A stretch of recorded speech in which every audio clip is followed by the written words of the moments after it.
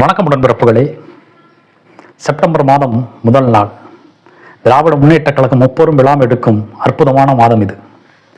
சமீபத்தில் நண்பர் அவர்களுடன் உரையாடி கொண்டிருக்கும் பொழுது, திராவிட முன்னேற்ற கழகம் இந்தியாவின் ஒருமைப்பாட்டிற்கும் அரசியலமைப்பு சட்டத்திற்கும் பாதுகாவலனாக விளங்குகிறது என்று கூறினேன்.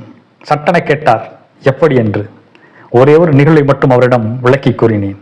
ஆம், கடந்த 10 மாதங்களுக்கு முன்பு நமது தமிழக சட்டப்பேரவையில் நிறைவேற்றி அனுப்பப்பட்ட பல்கலைக்கழக மசோதாவை நிறுத்தி வைத்திருந்தார் நமது ஆளுநர் அவர்கள். இதை எதிர்த்து உச்சநீதிமன்றத்தில் வழக்கு தொடர்ந்தது நமது தமிழக அரசு. வழக்கை விசாரித்த மாண்புமிகு நீதியரசர்கள் ஆளுநரின் கையெழுத்து இல்லாமலேயே சட்டம் செல்லுபடியாகும் என்ற ஒரு அதிரடி தீர்ப்பை வெளியிட்டார்கள். தீர்ப்பு வெளியான 4-5 நாட்களில் குடியரசுத் தலைவர் உச்சநீதிமன்றத்திற்கு கடிதம் அனுப்பி தீர்ப்புக்கான விளக்கத்தை வினவினார். இப்பொழுது நாட்டு மக்களுக்கு மிகப்பெரிய வினா ஒன்று தோன்றியது. செப்பரேஷன் ஆஃப் பவர் என்று சொல்வார்களே, எக்ஸிக்யூட்டிவ், லெஜிஸ்லேச்சர் அண்ட் ஜுடிஷியரி, இந்த மூன்றில் எது உயர்ந்தது என்ற கேள்வி எல்லோருக்குள்ளும் தோன்றியது.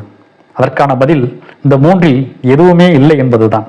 ஆம், இந்த மூன்றை விடவும் மிகவும் உயர்வானது இந்திய அரசியலமைப்பு சட்டமே, தி கைடிங் ஃபோர்ஸ் என்று சொல்வார்கள்.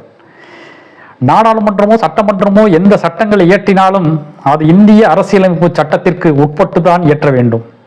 நிர்வாகம் எதை செய்தாலும் இந்திய அரசியலமைப்பு சட்டத்திற்கு உட்பட்டுதான் செய்ய வேண்டும்.